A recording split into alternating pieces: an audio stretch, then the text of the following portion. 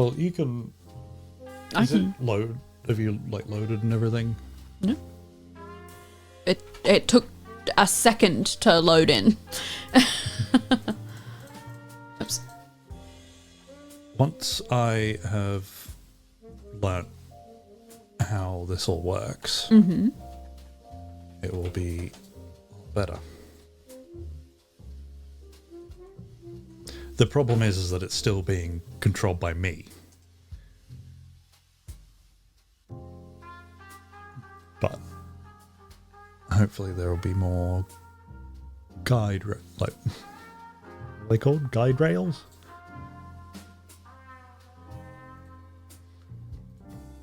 All right.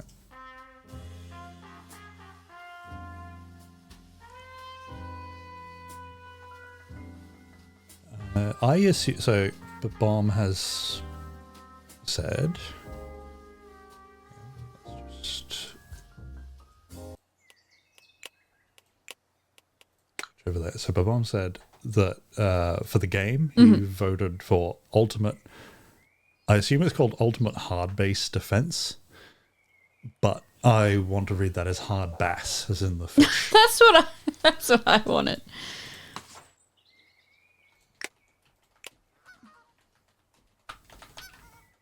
And now I'm curious what that is. So.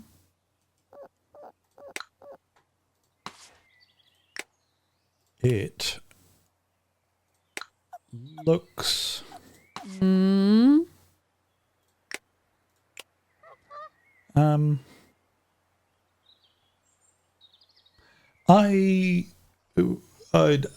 don't know how to describe this game. Predominantly nearly naked women. Zoom in. What? What are you? What? What? Ultimate hard base. Oh, I thought you were talking about. Let's build a zoo. Oh. So what are you talking about, naked women? They're rabbits. Oh, you've Ah. you've come over to They're not naked. They're nearly naked. The one that you looked at is probably the most clothed. Most like conservative. They're not like actually. It doesn't matter. We're looking at stuff that they can't see. Yeah. Sorry, I've been like thrown. Yeah, sorry. Out. I was expecting more frog. I was getting into frog. I know, that was good. I think I'll play it next week. I'll do the next two next week. I just want to hear about hospital stuff. You were there. I know, but they weren't. Actually, I was thinking the other night that like you weren't there for most of it. I was there for a lot of it, but all the boring stuff.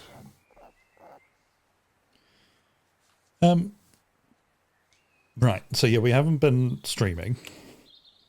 For what? It was 3 weeks ago was the last one. We missed 2 streams. Yeah.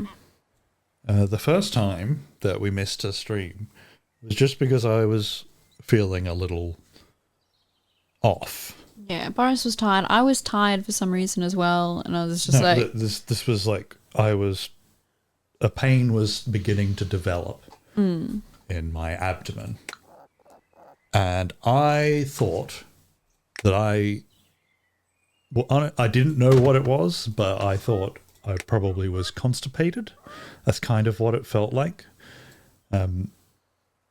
And then I became like more worried that it was kind of a blockage, that in my what it felt like in my large intestine under my, like on my right side under the liver, like right at the top corner. It kind of felt like nothing was moving past that point. And obviously a blockage is concerning. And so it was over the course of 3 days. There was 2 near sleepless nights where I was just like, the pain was slowly building. I couldn't comfortably lie down. And I was doing everything I could to make things move more quickly. whatever kind of laxative that we had. It turns out none of that was true.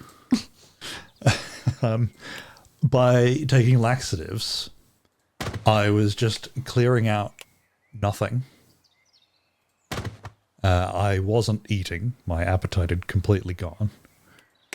And just feeling nauseous and bad. I kind of felt like if things weren't moving, I didn't want to keep adding more and more things. Although I've now learnt that that's not how you treat constipation anyway. You just want to be adding better things. Otherwise, the situation will just never change.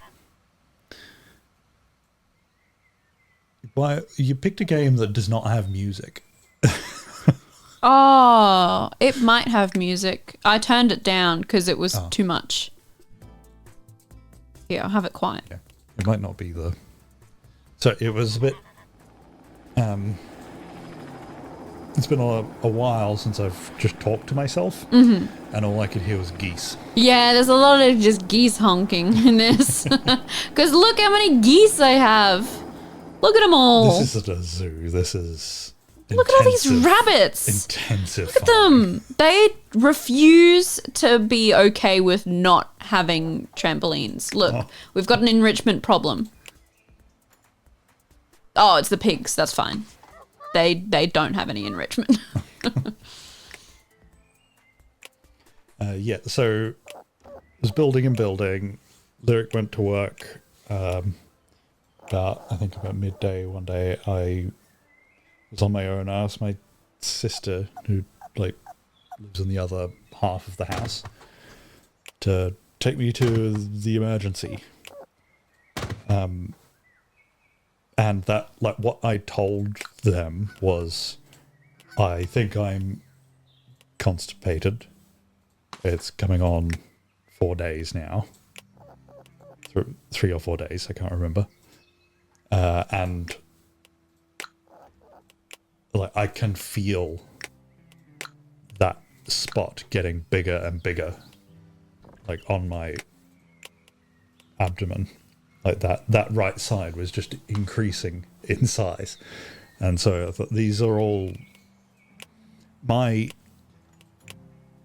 would not make a good doctor. But I was thinking, this still sort of adds up to a blockage. I was so sleep deprived. I was just solely focused on this one thing that I thought was the problem. It was not. So that's what I told them. And given that one of my other sisters has had blockages in the past, what she described was sort of roughly what I was feeling. And given that it was quite up high, just under the ribs, that's not where appendicitis happens. Or at least that's what I thought.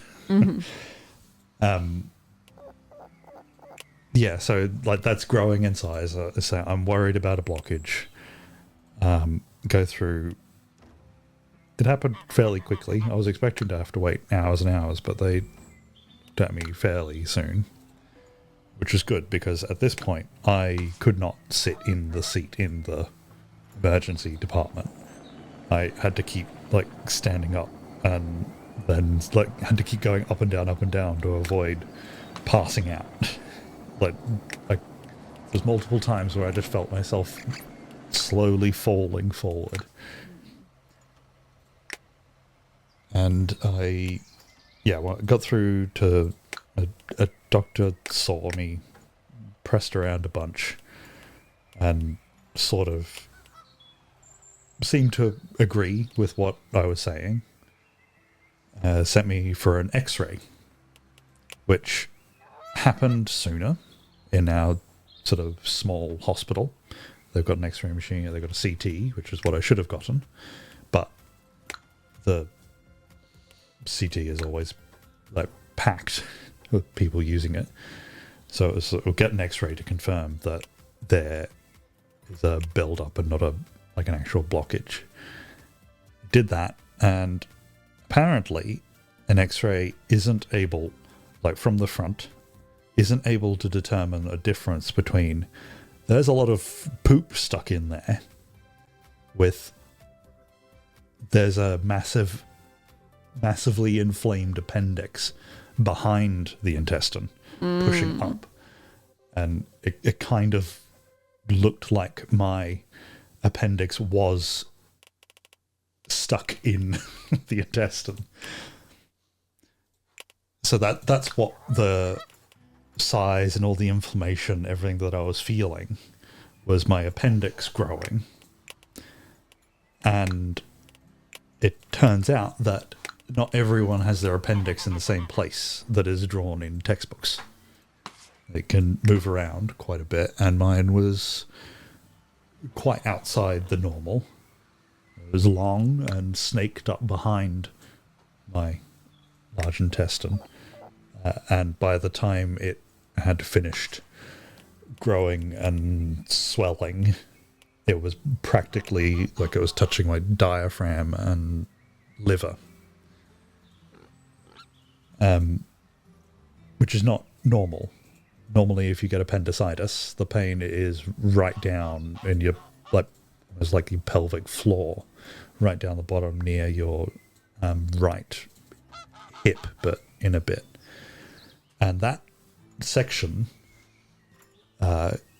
even now, is not sore at all. Do you want to stop for to explain what's going on here? No, that was I would like to take a drink. Sorry. So you should do something. Yeah. So this is my zoo. These are my new animals that I've just got, badgers and pigs. I've put them in the same pen. Just 'cause. What's the thing that was very overfed? What's that? What? Sorry. So when they first come into the zoo, oops. So when they first come into the zoo, they are put on just bland, basic food, and then I've got to decide what their diet should be. And so I've got to make sure the nutrition is all the way up, and then they're not fed too much. And so these guys have a blend of pellets, earthworms, apples, and small carcasses. Oh. Delicious. And the piggies... I assume the carcasses are human. Oh, Jesus. You ran a... Oh, hold on. Order food. The piggies were on pellets, root vegetables, and soybeans. And I could give them leftovers, but it didn't add anything to their nutrition. It's 0 cost a day. How much can I give them? Feeding your pigs burgers. Leftovers.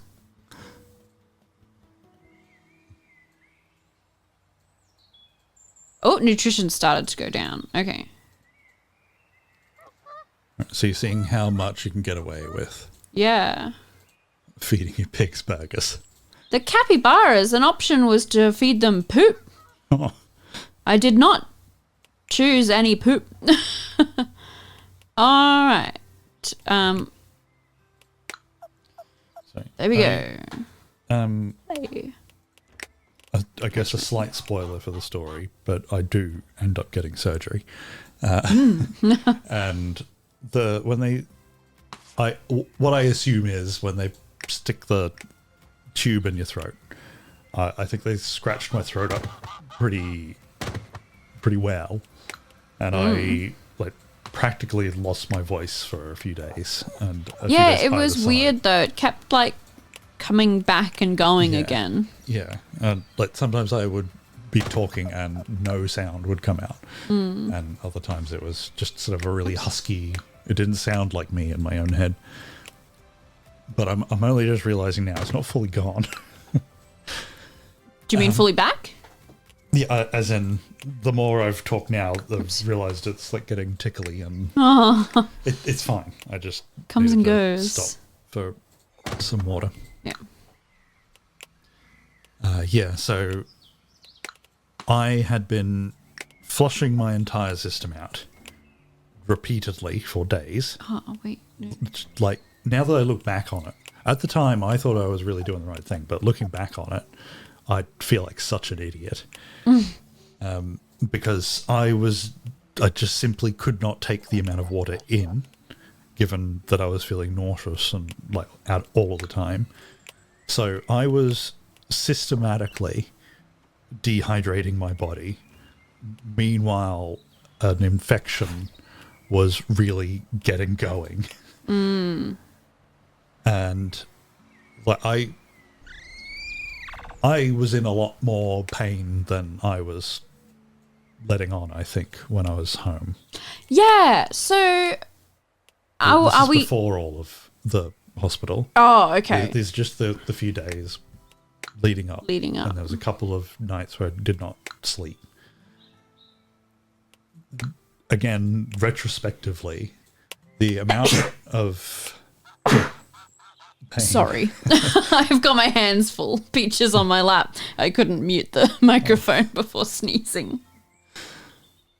The amount of pain that I was in for those two nights, 3 days.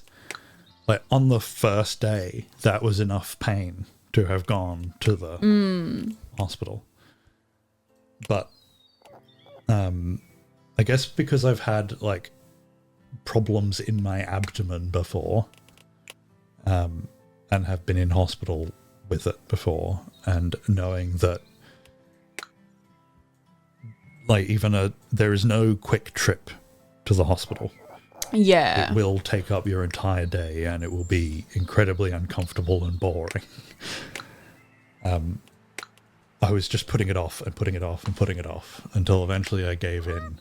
I went there, got the x-ray, which seemed to confirm what I thought I had. The doctor probably should have done a bit more to question it, because he then just gave me the brand name's Movacol. Like, it's like if you get a colonoscopy or whatever, they'll give you this stuff. You mix it in a liter or two of water.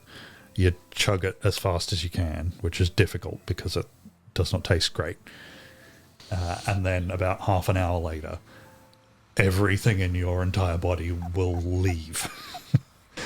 And then, so after doing my own laxative stuff for a couple of days, I bring home the doctor did not give me any pain relief, because almost all of the pain relief is an opioid, and opioids cause constipation as like the primary side effect. So he didn't want to add more to what I thought was the problem.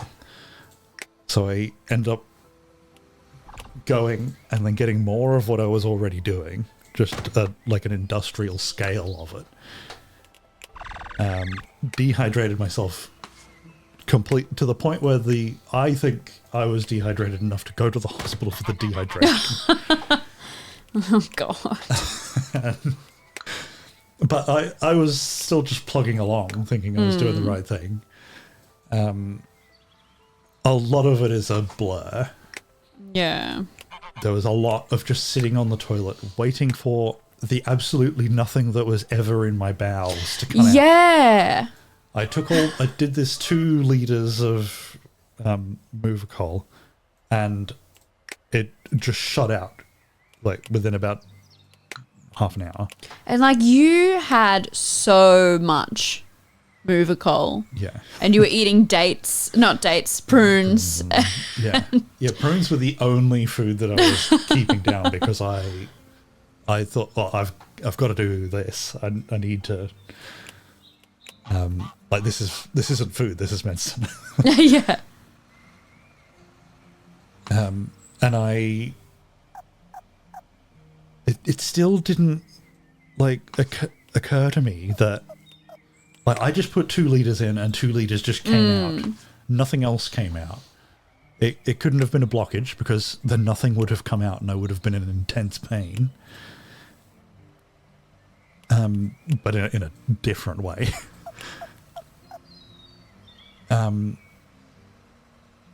I guess I I just kept going and was just sort of hoping that it would change. The next day, I think we managed to make it till about 10 a.m. And at that point, I was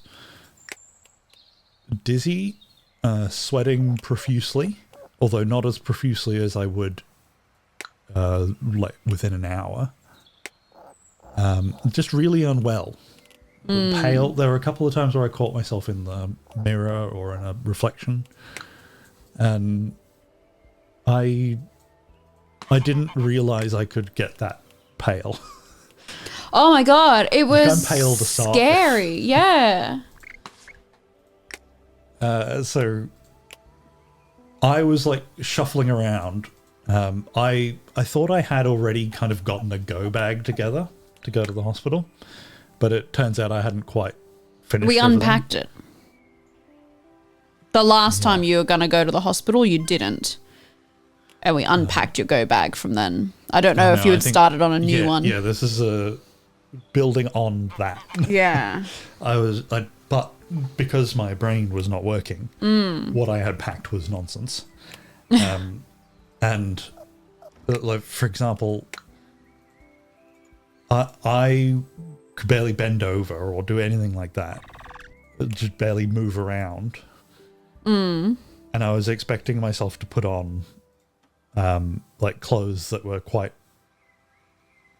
like rigid and more complicated, I guess. Yeah. Not just like pajamas, which is what you're supposed to wear to a hospital. If you go to a hospital, you go wearing your pajamas, basically.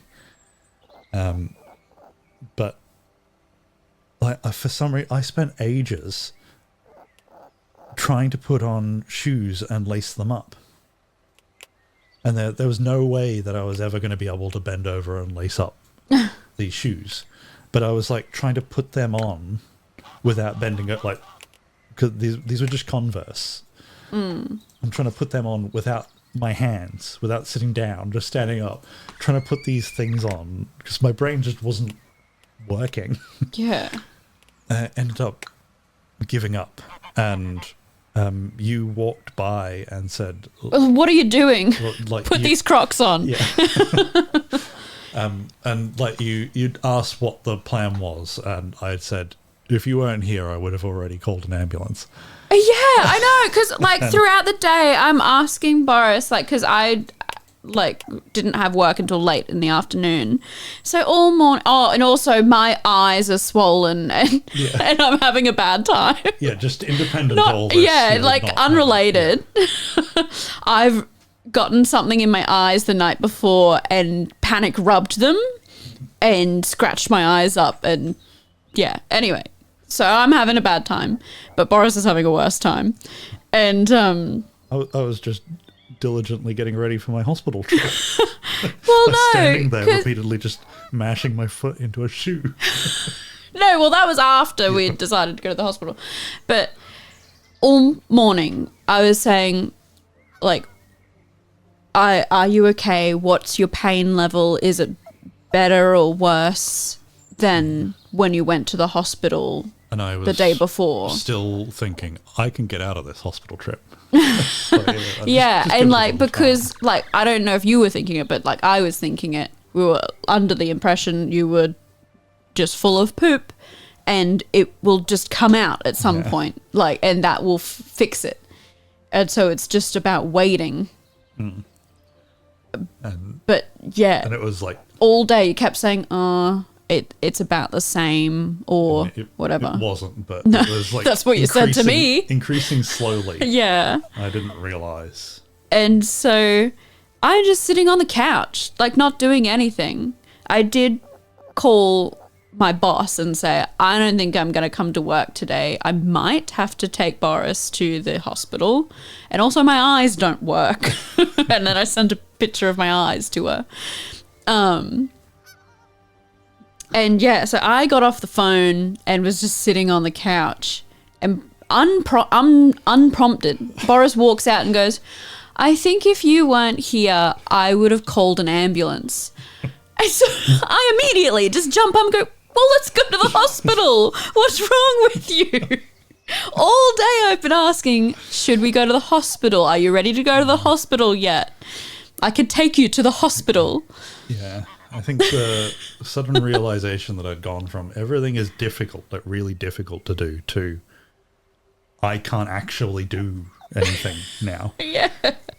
And like, we get in the car and you're visibly in pain. Like, you're making sounds. And I remember the trip to the car felt like impossible. very long time. Oh my to walk God. out there. Oh. And I was worried you were going to poop everywhere because you had just drank like a half a litre more. Yeah, I'd drink. done like half of it, and I was doing another. I just started with another. You half. had just done it and then gone, actually, no, let's go to the hospital. No, I think my body went, I don't care if there's all of this. There was nothing laxative, left to come out. Yeah, I'm just absorbing this water. Yeah. So, yeah, that whole process of, like, getting to the hospital and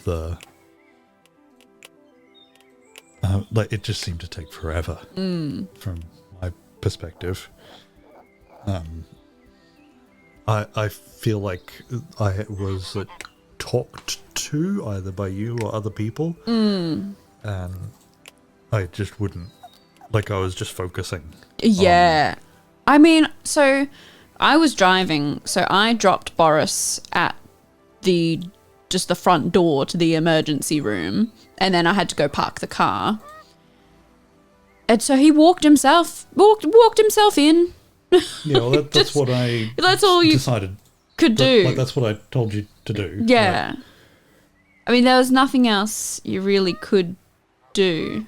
You can drive in there. There's a spot to, like, for emergencies, and then you would walk in and say, "Oh, I've got someone in the car." Yeah, and that they'll needs come out help. And get. I didn't even think of that. But there's no way I would have suggested that. Like, I was okay in my head. Yeah. Like, I was going to go in, say that I'm sick, sit down for like 3 hours, and then be brought in.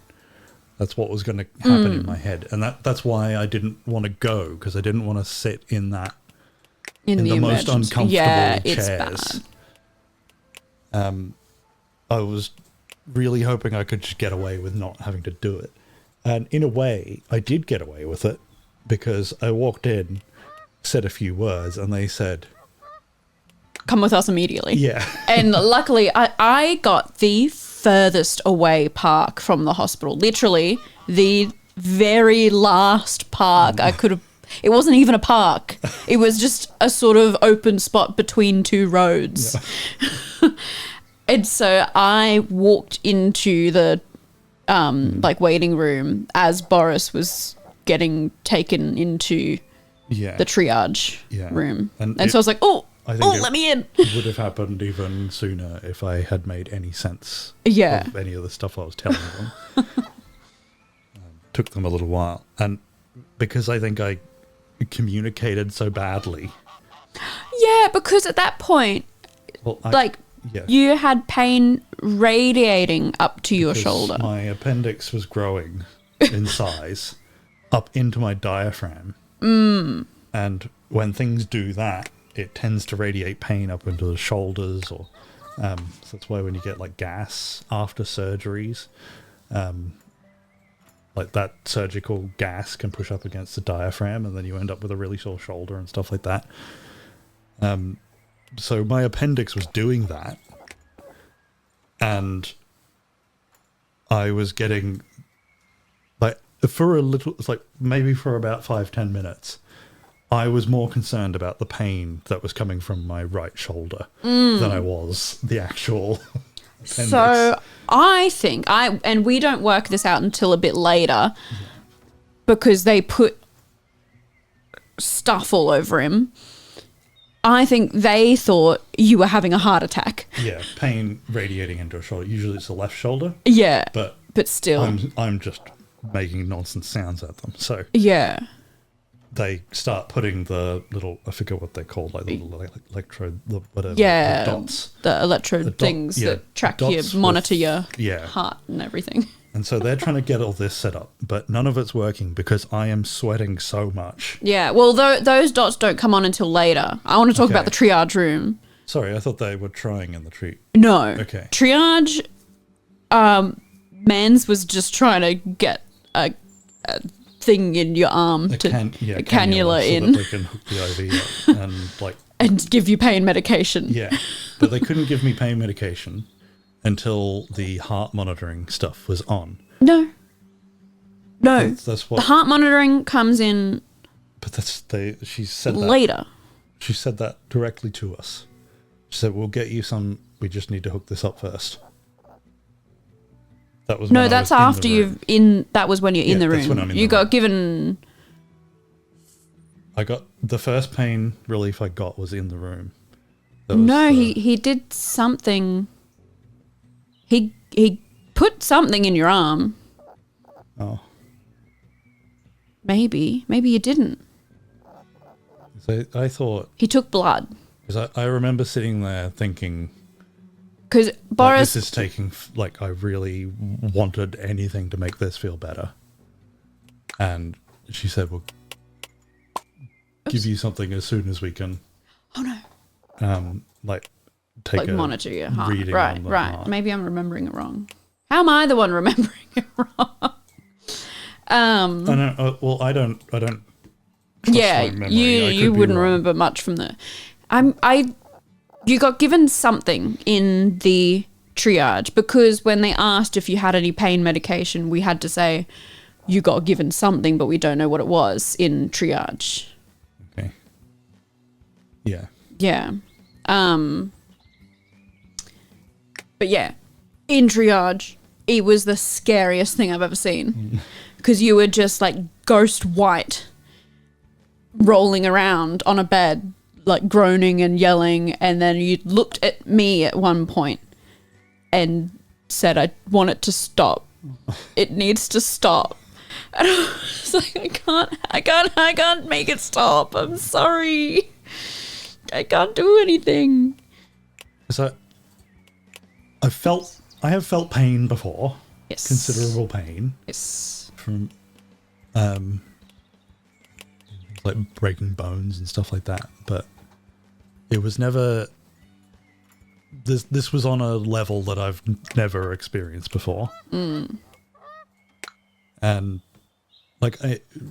having been in hospitals before, you do occasionally come across people who are yelling and screaming in pain, and it almost performatively, and it almost doesn't seem real, or at least I don't. It doesn't feel like it's real. But then that's exactly what I was doing.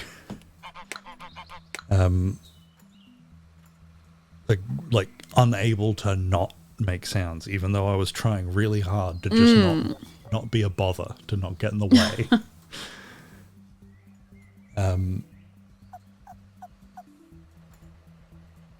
So Mia's asked, yelling at nurses. No, just at the world. Just more groaning. It's sort of a groan that turns into a yell. Okay. Just imagine someone writhing in pain. That's what Boris was doing. And it is probably because my appendix at that point was very slowly tearing. And stuff seeping out. As I was lying there in front of the nurses. Yeah. Who all looked very panicked. Yeah, and didn't... They were trying not to show it, I think. But they all looked like they were freaking out a little bit.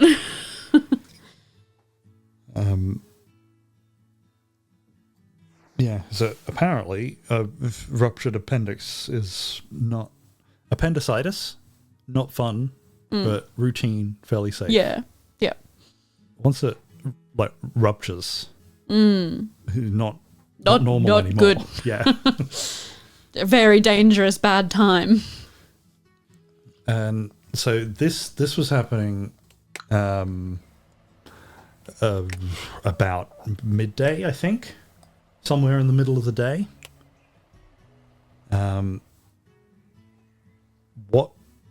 What should have happened, I think, piecing together what nurses and the paramedics and the doctors have said afterwards, is that I then get straight into an ambulance or straight into a helicopter and get airlifted to a hospital, because our hospital couldn't do that. Yeah. Didn't have all... I'm sure they could have mustered something if it was the end of the world, but it was always going to be a better idea to take me to a hospital that has all of the stuff that they needed. Like an anaesthetist, which was apparently what was missing. Yes. I definitely would have liked anaesthetic.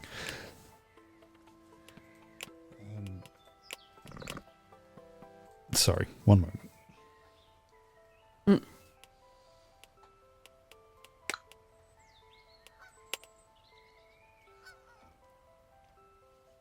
My badges and what is this thing?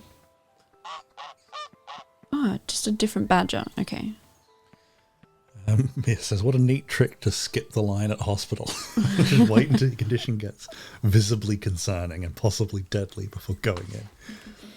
I don't think freaking out nurses is a thing to say pridefully. And Mia says, I admittedly am most impressed that COVID guidelines let Lyric into the hospital at all. Oh, our COVID stuff is sort of all gone. Yeah, it's an entirely different topic, but it's a bit unfortunate. Australia has had a COVID problem, but no one recognises it or believes it exists, including hospitals apparently, where it's as if it doesn't exist at all.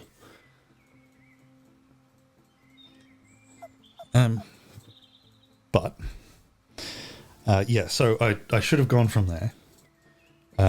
So we go back into a room. They try, I think in vain for a little while, to do the heart monitoring once we get back to a room. This is the guy in the triage, actually, just to go back. I am quite impressed. Based on everyone after that who was trying to get a cannula, like putting like a fixed, for those that don't know things, like a fixed needle into your arm or hand, where you can run IV lines and give medication more easily. It's not a simple thing to do at the best of times. When I was sort of writhing in pain, all tensed up, sweating so much. Oh, yeah. Boris is a sweaty boy on a good day, on a good winter day.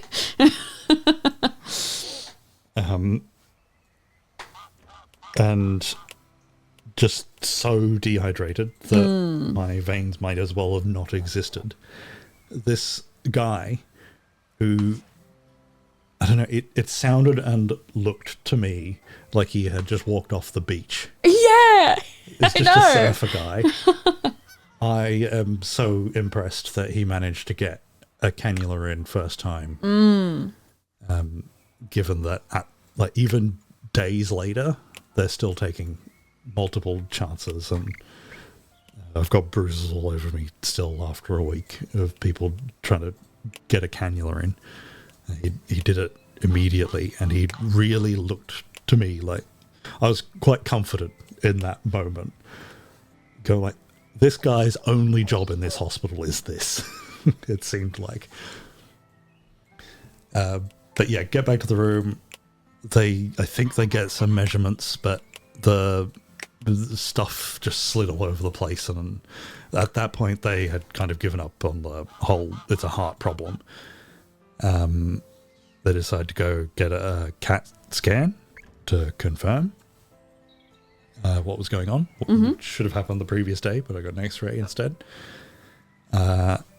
Even though I was like priority to go straight into the CAT scan, and It still took a while. Yeah, it still took time. It's a hospital. And at this point, you'd been given fentanyl for the pain, and yeah, just sort of kept it rolling. I was still, a part of my brain had not given up on the just give it a minute and I will just poop all of this out. And so I don't think I asked for as much pain relief as I needed, because I was still a bit like, these are opioids. Every time I've had opioids, I do actually get constipated. So I don't want them now. But really, I should have just lived off of them for a day. So things get a little bit better in the sense that after enough fentanyl, I sort of functioned like a human again for a bit. And I could talk to you and sort of reason a little bit. So although it felt like I was better, that was covering up a lot. There was a lot going on underneath that was not well. yeah. The CAT scan came back with like Acute appendicitis. Yeah. Oh my God, you've got a big appendix. Yeah. And it's in a weird place. But what it wasn't conclusive on was that it had perforated at that point. Mm-hmm. So if you're just following the procedures, you would go, this is normal appendicitis. We'll just ship him off to the hospital that can deal with when the ambulance comes up, rather than this is actually the third or fourth day of appendicitis, which is already concerning. And given the pain that I was in and everything else other than that CAT scan, it had already begun to perforate and was becoming a bad problem and needed to be dealt with immediately. And it was like everyone knew that it needed to be dealt with immediately, but was still following the procedures of this CAT scan doesn't obviously show that it has perforated already. So it was like things were just ticking along as they would for any normal case of appendicitis. But meanwhile, all of the nurses had very worried looks and were saying things like, he just needs to go now. So it was a weird time,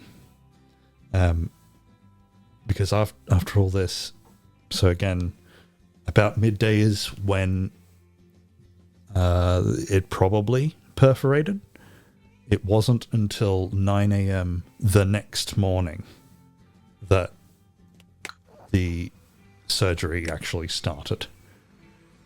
So again, at like another, a third night in a row where I didn't sleep at all.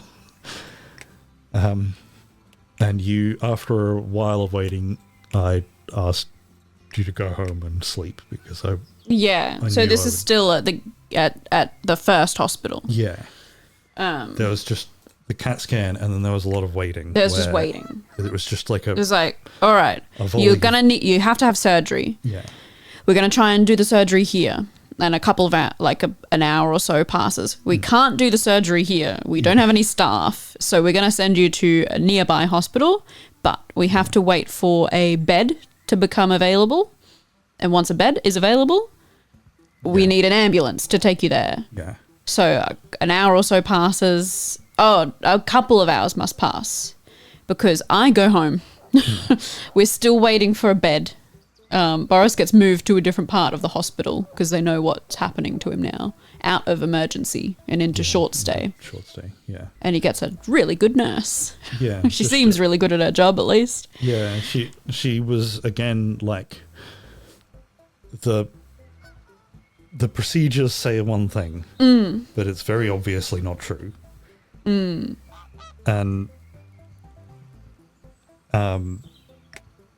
yeah, she was just very, like, quite argumentative with anyone that she was talking to, like on the phone or anything like that. And it always ended with, he just needs to go now. Yeah. Please take this man.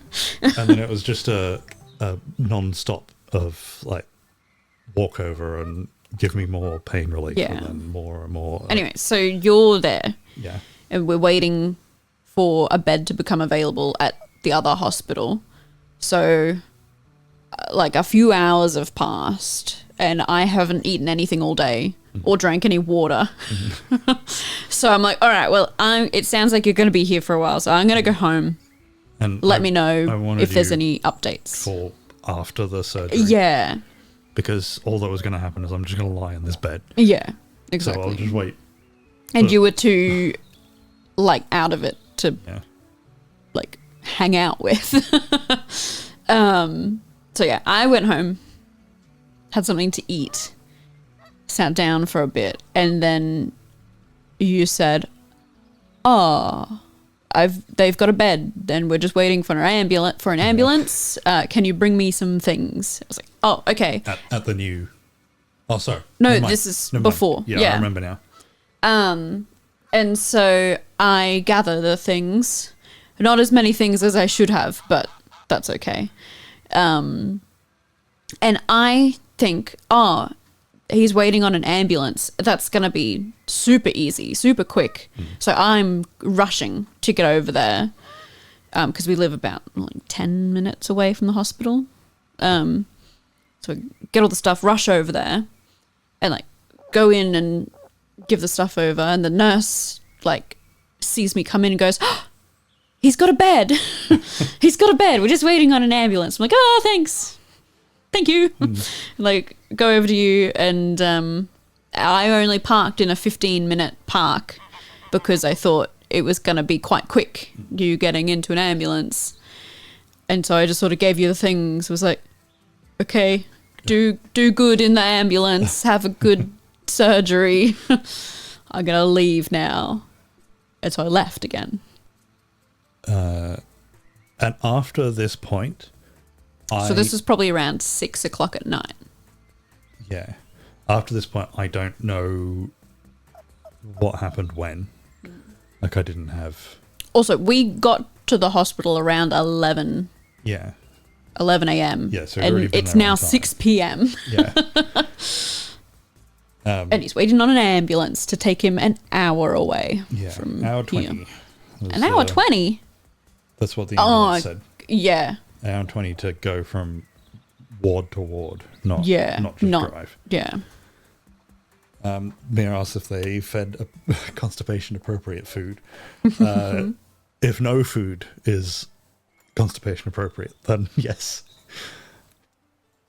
I don't think I didn't get food until after. No, you hadn't eaten anything because you were waiting for surgery. Yeah. You weren't allowed to eat anything. And I already hadn't eaten anything. And you already had only eaten prunes. In a way, I had done the prep for surgery so that the emergency surgery was a little bit less of a problem. So that's about 6 p.m. I don't think the ambulance, like, by the time I get loaded into an ambulance, I'm not sure it's still the same day. 11 p.m. 11 p.m. Roughly. Okay. Because, I'm not seeing any clocks or anything at this point. No. So it's just a big blurry dark mess for a long time. A lot of waiting for an ambulance to come. When the paramedics do get there, one of the guys was quite outspoken. There was two of them, a man and a woman. Woman was sort of in charge of that shift. She was in charge of me, the patient. He was in charge of the ambulance itself. And he was already not having a good day. And when he walked in and saw me and realized that what was written on his chart was not what the reality was. It wasn't just like, oh, this guy's got appendicitis, we'll just drive him to a hospital. It was very obviously much further past that. And his first response was, I'm not taking him. And it wasn't like he wants to not have that responsibility. It was there should be a helicopter here right now. Yeah. And he was, and they both agreed that this situation was bad and that neither of them should have been put in it.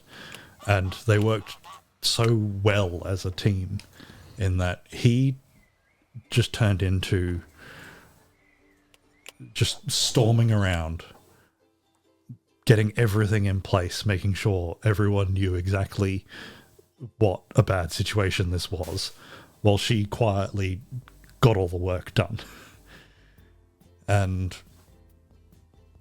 that one guy, that paramedic, was the best advocate that I had the entire hospital stay. He really pushed things along.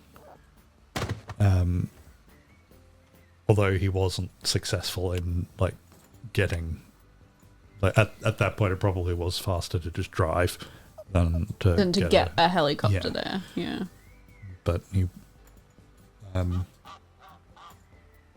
he said, how dead did I look? That even the ambulance didn't want to take me. In their minds, it was like, I'm at risk of becoming dead. Yeah, in the ambulance. And there's not much that you can do in the back of an ambulance. But they end up really pushing it along. They called ahead and were doing things to get everything lined up. Because the surgical decision unit at the new hospital, they were aware enough that when I got there, they were going to be caught off guard because what was on paper did not match reality. And so they were calling ahead and saying, get everything ready so that I can get off the ambulance straight into an operating room. And it looked like they had done all of that. That was good, and that was probably the first time that I was starting to feel a bit better about my situation. Even though now fentanyl wasn't quite enough and that was the best option that they had, and the pain was starting to overcome the fentanyl. So we get into the stretcher, which was painful because I stupidly said, yeah, sure, I can do that. I'll just slide across, just leave it next to me, I'll just slide across. And then when I hit the stretcher too hard, I think I passed out for a moment and then came back very dizzy. I don't think I showed it though. I think I got away with it. I don't think I embarrassed myself in front of them. But they loaded me into the ambulance. I start to do all the pre-flight checks, and then go to turn the ambulance on, and it just clicks, and the ambulance does not start. Yeah, the engine doesn't turn over. And then that started a whole process of he was calling around trying to find another ambulance, trying to find people to tell them what was wrong with his vehicle. He ended up getting out and then getting in with another ambulance driver in his private car, and went over to where do all the ambulances live? I don't know. I have no idea. that place to see if they could find an old one that they could put me in. All the while, like, she's still going through all the checks that she needs to go through, and she's like redoing all of the measurements that the hospital had taken, because, you know, she needs her own independent numbers, and like she's got a lot to do on her own right at the start of the trip. So he's still off trying to find an ambulance. She gets a call that was meant for him that like gives her some clues as to what it might possibly be. He says, I thought ambulances just live at the hospital parking lot. I think all the paramedics have, like a fire department, they've got their own place.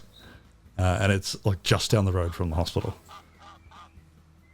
I'm assuming in many places they're probably built into the hospital. I don't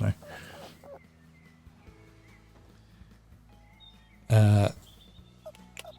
Yeah, so at this point, about half an hour has passed where I'm just lying in an ambulance without any pain relief, any new pain relief coming.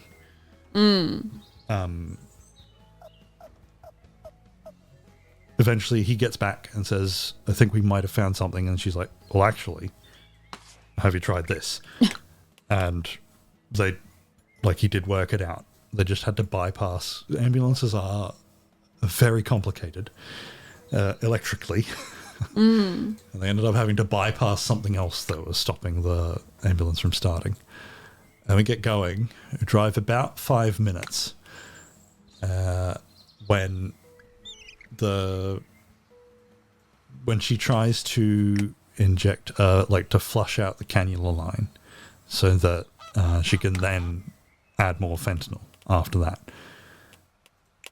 So, like, nothing ever goes quickly. Like, after all of that time of sitting still, like, broken down, it's only at that point that she got to the step of flushing the line and then adding more fentanyl. Like, every single thing in healthcare just takes so long.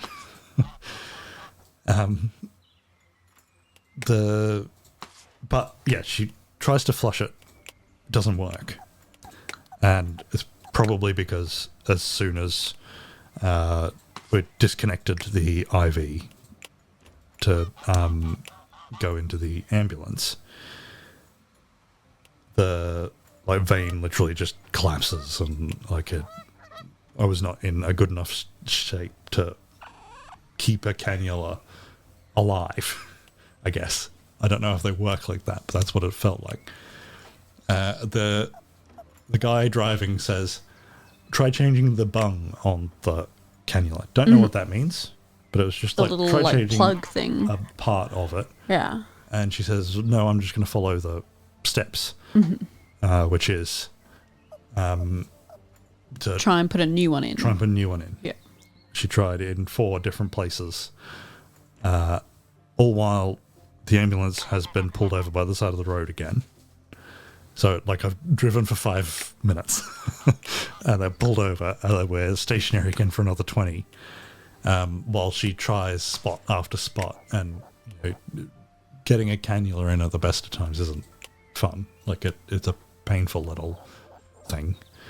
So she's, like, rooting around, trying to get it in, and just cannot. And it, as I've learnt with everyone after that, it was not her fault at all. Eventually, after not, after being unsuccessful, she tries what he said, which was to change the bung and try again, and it worked straight away. So I don't think it was her fault for trying to do the actual process, but it was just another 20 minutes that didn't need to be there. And then I do get fentanyl, and I kept, like, drifting in and out of sleep on the way down. But every time there was a bump, it was like my entire abdomen was just, like, suddenly lit on fire.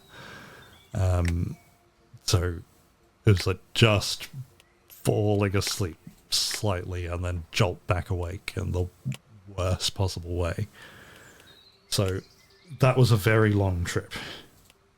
Only like an hour and a bit by car, but took a long time. Get to the decisions unit,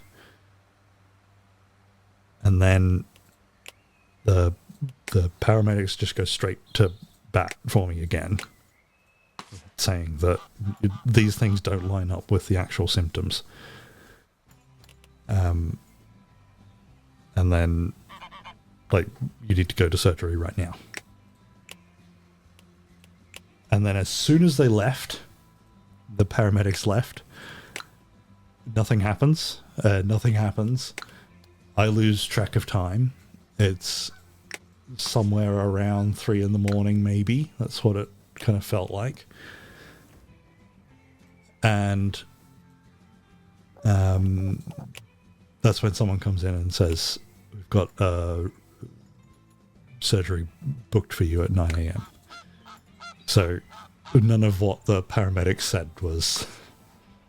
They didn't do any of it. And I'm not up for arguing. And even if I was, I don't know how I would. So I just lie there again. So my appendix probably started to perforate about midday. And then it's not until 9 a.m. the next day that I do actually get into surgery. Get into the operating room. Yeah. Stop. Peach is pushing things off the desk. And then like, things are fine after that point. Like it obviously stops being dangerous. Yeah. As soon as, you get into surgery. Yeah. It's yucky. Yeah, Everyone says, so yucky. What a yucky appendix. Later on, at some point in the blur of the next 8 days, the surgeon tells me that it was the most difficult one that he's had to do. Yeah. He said it was more like dealing with a gallbladder at times, given how high up it was in such an odd location. It's a teaching hospital where I am. All of the students are quite interested in this slightly different case. I've learnt that surgeons don't understand how blinds work. So, like in a hospital room, you've got the blinds that you pull across. Like the curtains? Yeah, curtains, sorry. Every single surgeon, whether it was a student or not, did not understand how... Like, they would just walk straight through them. They wouldn't open them. They would walk straight through them and then flail their arms like they were drowning. And that's how they got through curtains. I don't know what it was about I didn't witness any of that. No, but I only saw the surgeon on one day. I was just there at the wrong times of day for the surgeons. And they would, like, grab it. And because of where, like, cuts ended up being, like, I would have to sort of pull everything down a little bit for them to be able to see, which means that they'll close the curtains for the sake of privacy. And it's like they knew that they had to do that. Like, this guy is taking his... like, pulling his underwear down a bit. So he should close the curtains. But they would grab hold of it. Like, not just, like, between their thumb and forefinger. Like, a full grip. Like, scrunch the whole curtain up. Yank it and throw. And it would go so far that the other end would then start to follow. So there would still be a gap just on the other end of the curtain. So I don't know. That it's just important to me that you know that surgeons don't understand how curtains work. Okay, that's great. But yeah, like he said, that it was difficult and weird. It took them a long time to flush out. They seem to have done a good job. I had a drain installed, which was just a tube stuck through your skin. Basically, like if you stuck a straw through someone's abdomen and then sucked, that's essentially what it was. It just had like a little vacuum, like a bag that you could create a vacuum with, and it would suck all the goop out, and you would hopefully have the tube positioned in the right spot to try and suck that goop, which is all the leftover stuff from the surgery, anything that wasn't cleaned up, and any infection that was spreading. And it seemed, in their defense, they were probably in a hurry. I really want to be generous to them, but I don't think they were.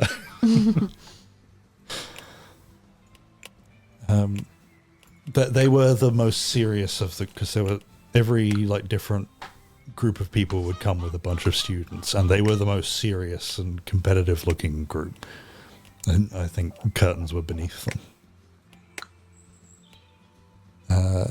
Can now poop while standing up.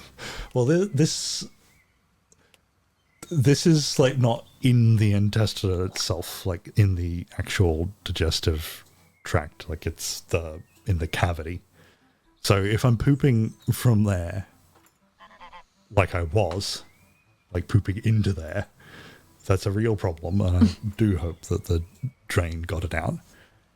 But I don't think it's like it's a replacement for normal pooping. I don't think that would work well. But apparently, with this particular drain, my body didn't like that there was like a foreign object in it. And so I was getting a weird pain just from the drain. It was another unusual thing in the list of unusual things. And that probably set me back in hospital for at least a day or two. Yeah. Because I was just growing in pain while everything seemed to be getting better. So it was a bit confusing with doctor coming back multiple times. And then as soon as they finally got it out, it was immediately better, and I wanted to go home. Within half an hour of it coming out, I felt like I could run. But I've got three laparoscopy scars. One's a little bit bigger, but still like impressive that they didn't have to open it up further. And the drain hole is still recovering. It's still a bit of a hole. That was the last thing to come out. And that one's down a little bit lower. And the actual recovery, it's been a little bit... It's been fine. It's just been recovering from a surgery. Like a largely unremarkable, which has been really good. They said that there's still a possibility.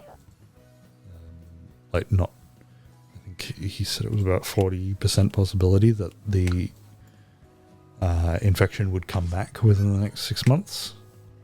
That there was something that they didn't clean out. But I would have to go back for, he said, probably like another 4 days in hospital to stick a drain in. Hopefully get it out, and also IV antibiotics. I really don't want that. That sounds like a really boring time.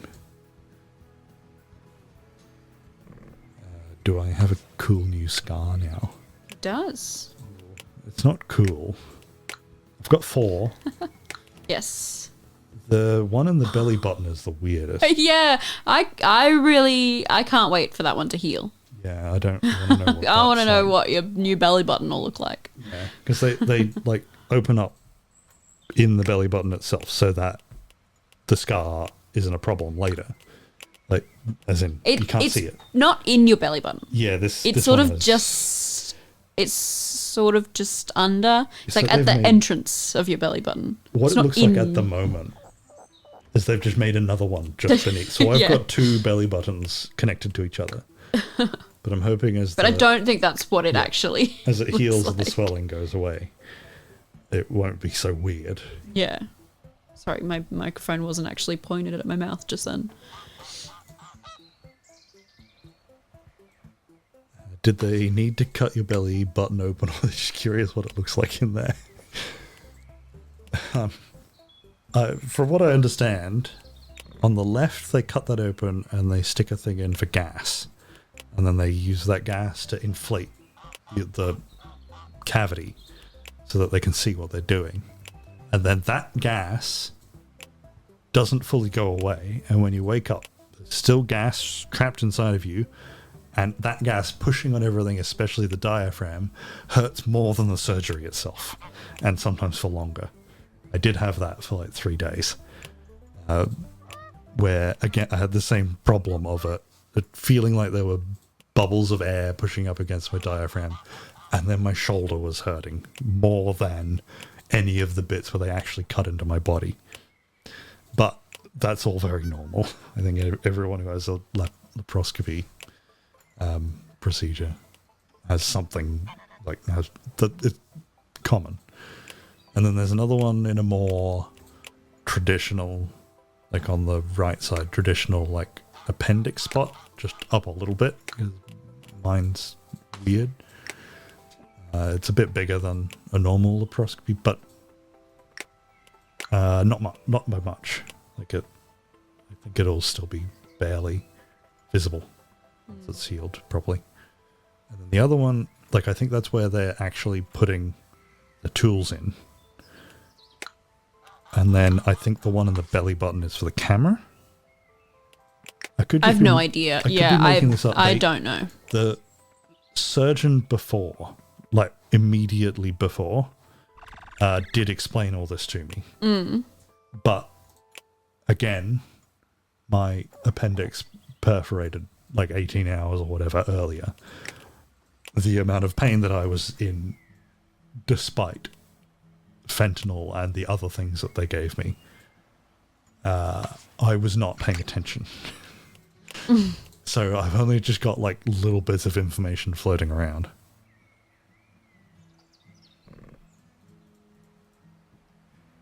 I did discover, and hello Juniper, thank you for that. I did discover that ketamine's not for me.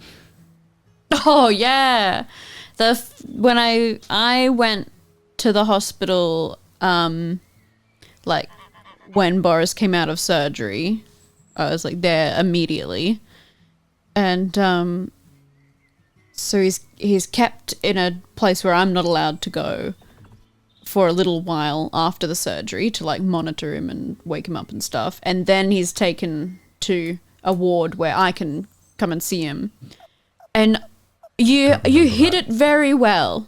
I don't think I remember that. But yeah, moving it around. So I stay for quite a few hours, talk a lot to Boris, tell him things, and like explain stuff, and I don't find out until the next day that he has no memory of any of that.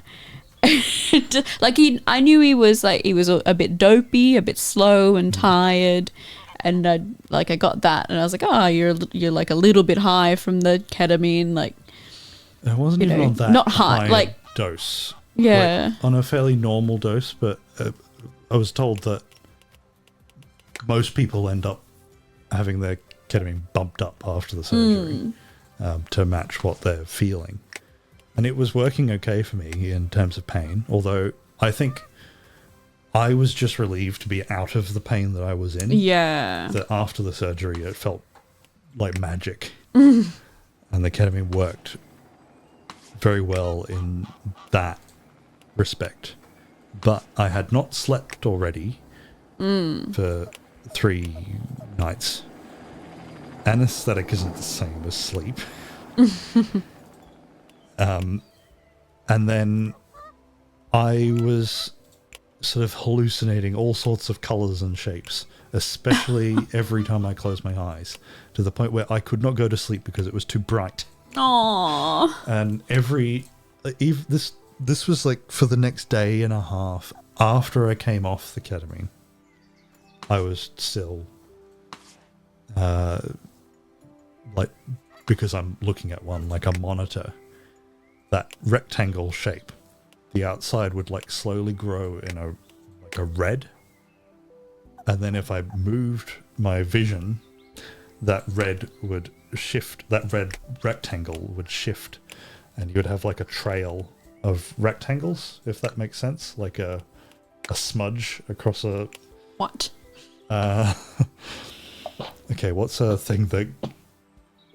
Because we're gamers, you know when you turn mouse trails on, and you move your mouse, and you got that trail of mice, the cursor, that, like, fades away after? It was like that with everything, except the edges of every object would often turn a different color. So if I moved my vision, the edge of every object, like it was like someone had drawn around it and it was cell shaded. I would move my vision, and that outline would move with my vision and leave a trail. So what I was seeing was just a mess of different colored lines all of the time. And to go with that, it would come with like actual nightmarish like hallucinations of like one that I had often was a weird you know how in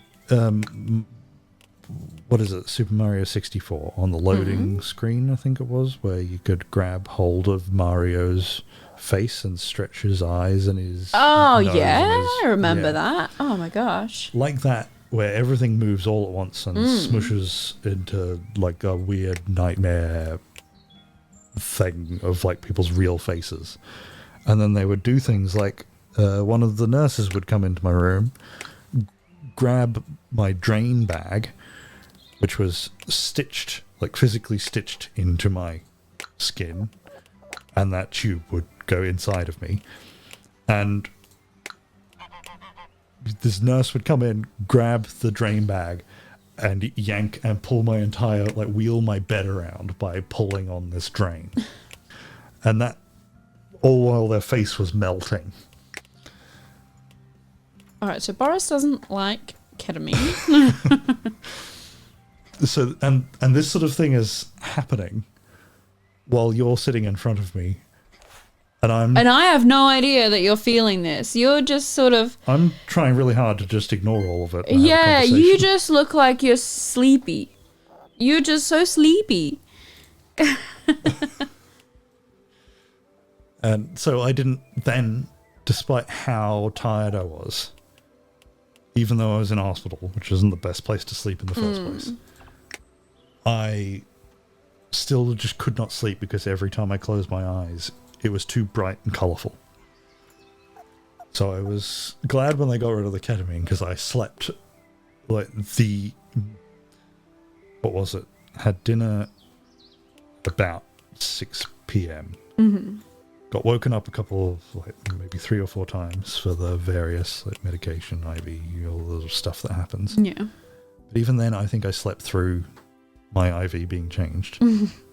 I went from maybe about 6:30, wake up in a hospital is about 5 a.m. But after that, I then went back to sleep until you got there in the late morning. So with some little breaks, it was a long time. And that was like as soon as the ketamine wore off. Mia thinks that I might have hallucinated the blinds thing, like the surgeon. Oh, the surgeon. Through that. No, I think the one where one of the students pushing a cart with the computer on it, backs up. He backed up into the curtain to leave. As soon as he felt the curtain, he flailed his arms like he was trying to do like a front crawl, like freestyle kind of swim. And that was to like get it up and over his head and over the computer so he could just keep backing out of the room. That happened on the last day that I was there. Sorry, the last day that I was in that room, which was the day before I left. And I was definitely fine. I was on paracetamol by then. Yeah, so. Yeah, like nothing. Yeah. That's why I've brought it up, because it is genuinely... I do not ever want to go back to a hospital except to follow these surgery student people around. I would go back just to try and learn a little bit more about them. They were easily the weirdest people in the entire building. And that includes the guy that seems to be in hospital a lot. And what he does is he has like a little walker thing. I think he's in his maybe 30s or 40s. He has a little Bluetooth speaker that he sits on it. And he walks around at a near run pace through all of the wards. This is how he gets his exercise, with a speaker blasting. And he would like stop and chat to so many people who seemed so happy that he was there. Like he wasn't even... You would expect a guy like that to be annoying. But everyone just seemed so happy that he was stopping by the ward.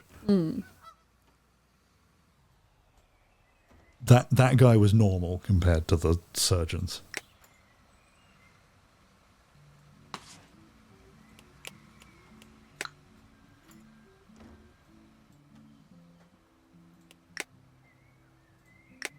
I think there are still a number of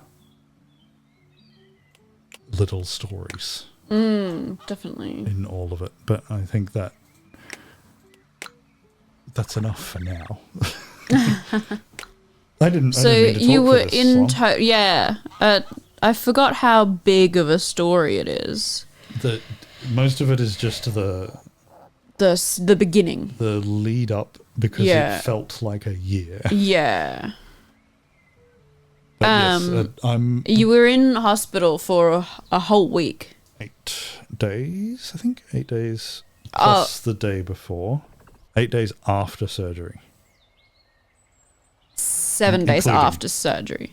Including the surgery. Yeah. 8 days total plus a visit the day before. Yeah, and then the appendicitis started 2 days before that. Yeah. Yes. I do hope that I don't have to ever go back to a hospital again.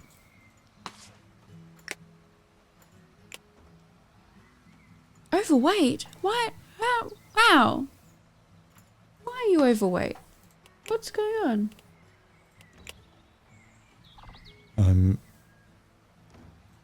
I think the last couple of days I was getting a little bit frustrated that I wasn't healing fast enough. That I didn't just like get home from hospital and then feel fine. But I think today was a turn, like, for the better. I think I've felt a lot better today than I have any previous day. Oh, that's good. Just got to keep doing antibiotics. Not do anything stupid. Like lift heavy things. Yeah. Which includes Peach. Yeah. She's too heavy. She's too annoying. The first night Boris was home, I was supposed to be taking care of him.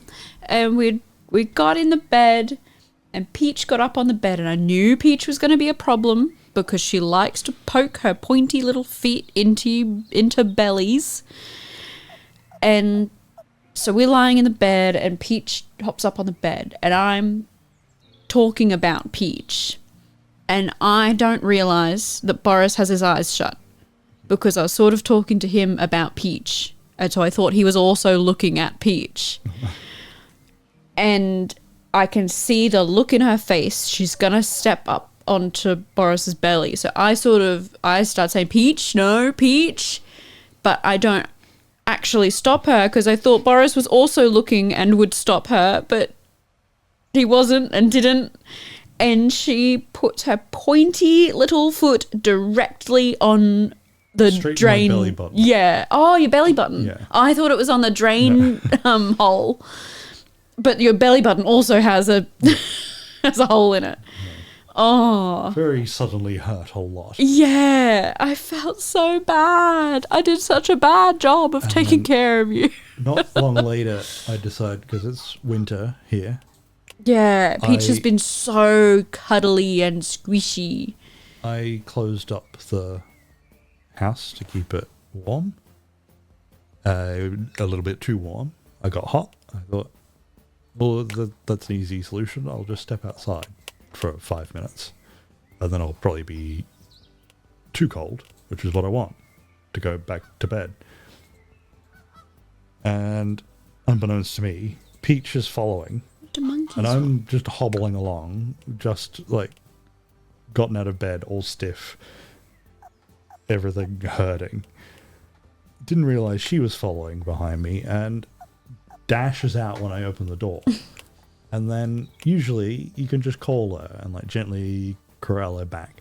She sprinted all over the yard. I'm like just like literally a few hours out of hospital, running back and forward in the middle of the night trying to get this silly cat back in the house.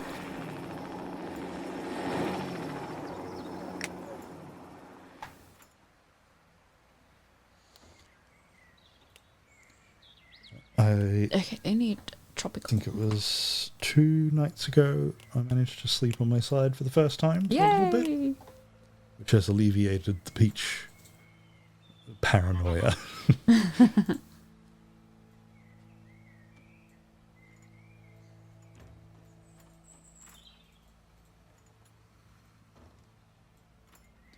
I had just started to like message Apple a little bit more. Apple is a friend of all of ours. If you like haven't run into him on this channel before, he hasn't gamed much lately. I've only just started getting back into it and was like messaging to see if maybe we could organize something to play in the near future. And like we just let's settle on a day and what we're gonna do. And then I stood him up, disappeared for 2 weeks.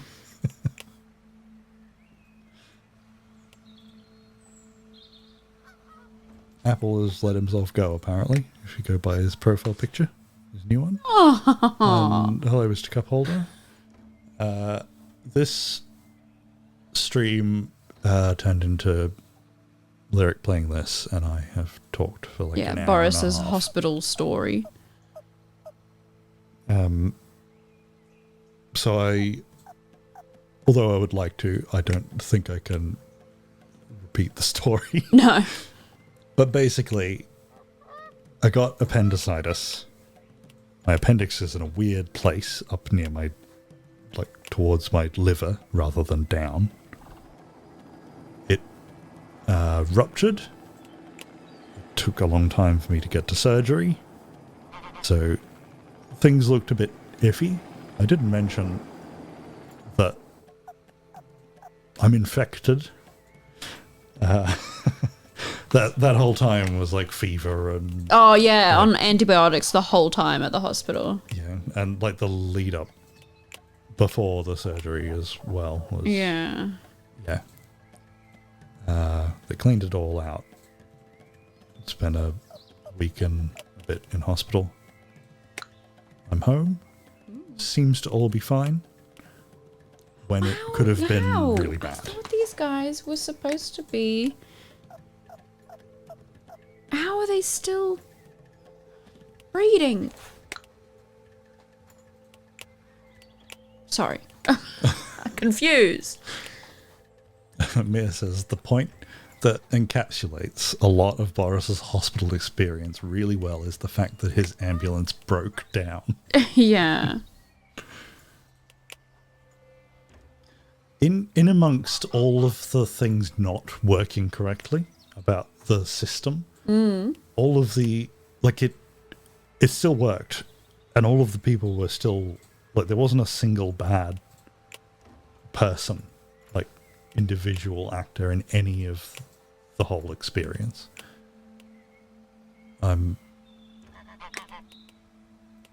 incredibly lucky to have that quality of that hospital that we went to is like a world-class hospital, and that it is all free at point of use. Like in some other countries, we would be financially ruined at this point. Oh, yeah. So things didn't go the way that they probably should have. A lot of that could be blamed on me and my weird obsession with constipation, which won't make sense for Mr. Cobbold. But the end result, like, fixed the problems that were caused early in the process.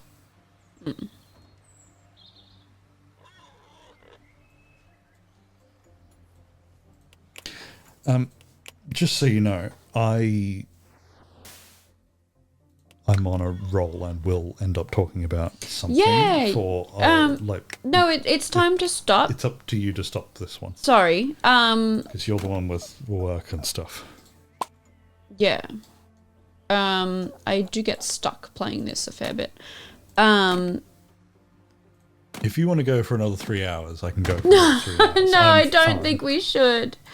I'm just going to move these monkeys real quick. Because they're in the wrong environment. Monkey?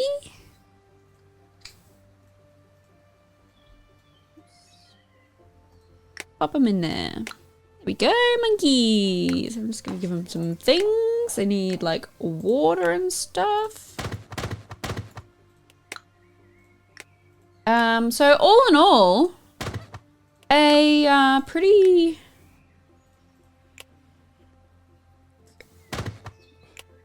A week. An absolute week. I think what kind of sums it up for me is that this whole year so far, for me in particular, but it has had ripple effects for you, definitely.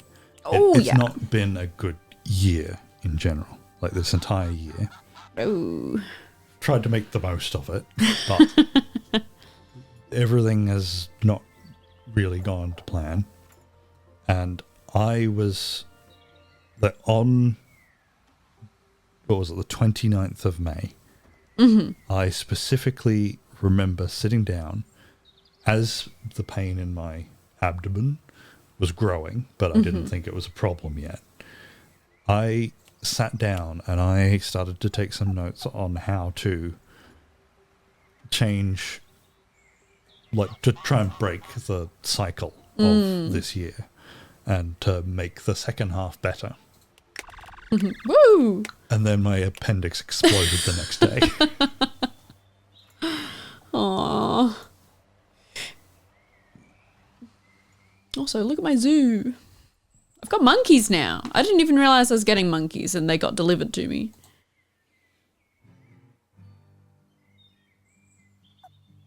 Oh, I don't have anyone. Hold on.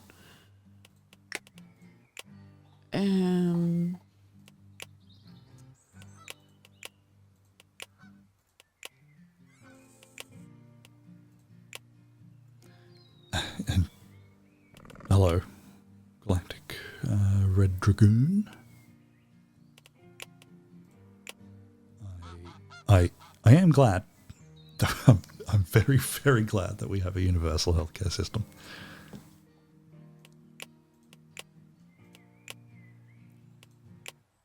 So I've had, compared to what we just went through, we've had incredibly minor things in the past that I think would have been the end of us before we even got to this. All right. Okay, I'm rezoning everybody because I've lost track of... That's phone.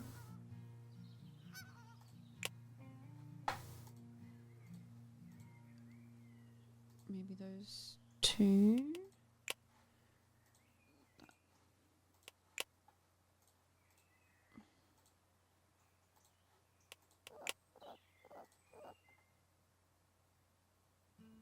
I wish it would tell me how many keepers are zoned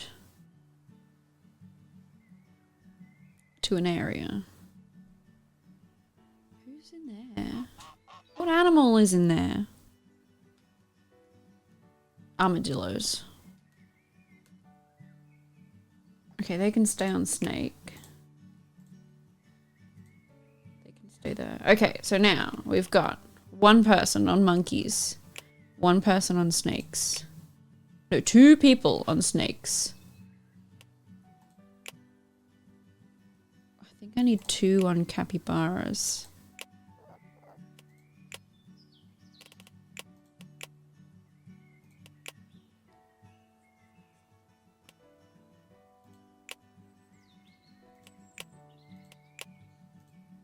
Okay, I need that person there. I don't know. Alright, If and the- that one. Normally, I don't think there's much that you can learn from appendicitis because it just happens. There's nothing you can really do to prevent it. It just happens, and then you move on with your life. I think I could definitely learn to not be so sort of stubborn and single-minded. Like at the start, when I thought it was something else that it wasn't. Mm. And to maybe get help before things are. Dire. Yeah. Yes.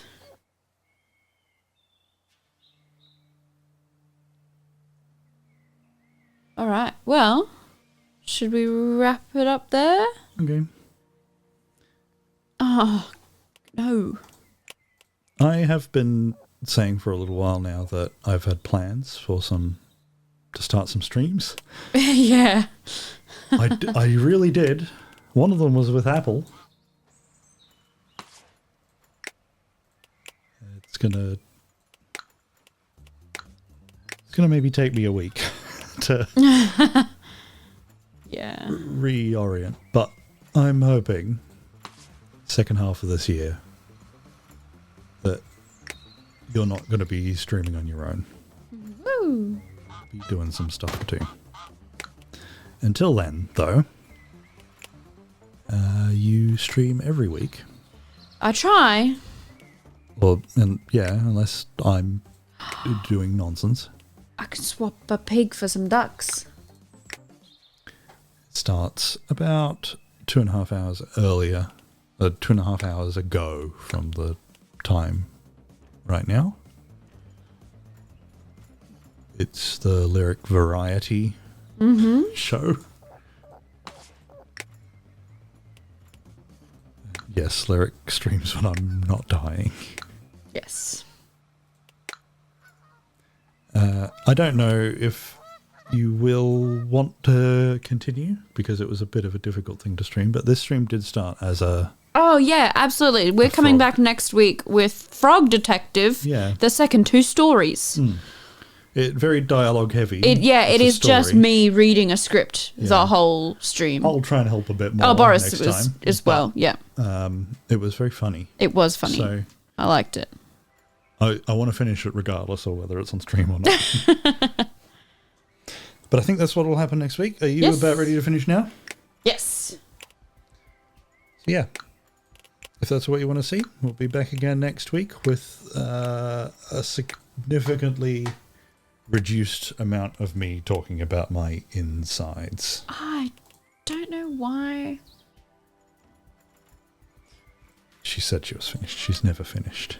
Oh, I just don't quite understand how the breeding... Like, these two snakes have been in here forever. They cannot make this snake. I don't know. I just don't really get it. Okay, I'm just going to click the... Yeah, stop sorry. Thank you all for watching. Thanks for listening to Boris's story. And we'll be back next week. Okay. We'll see you then. Bye.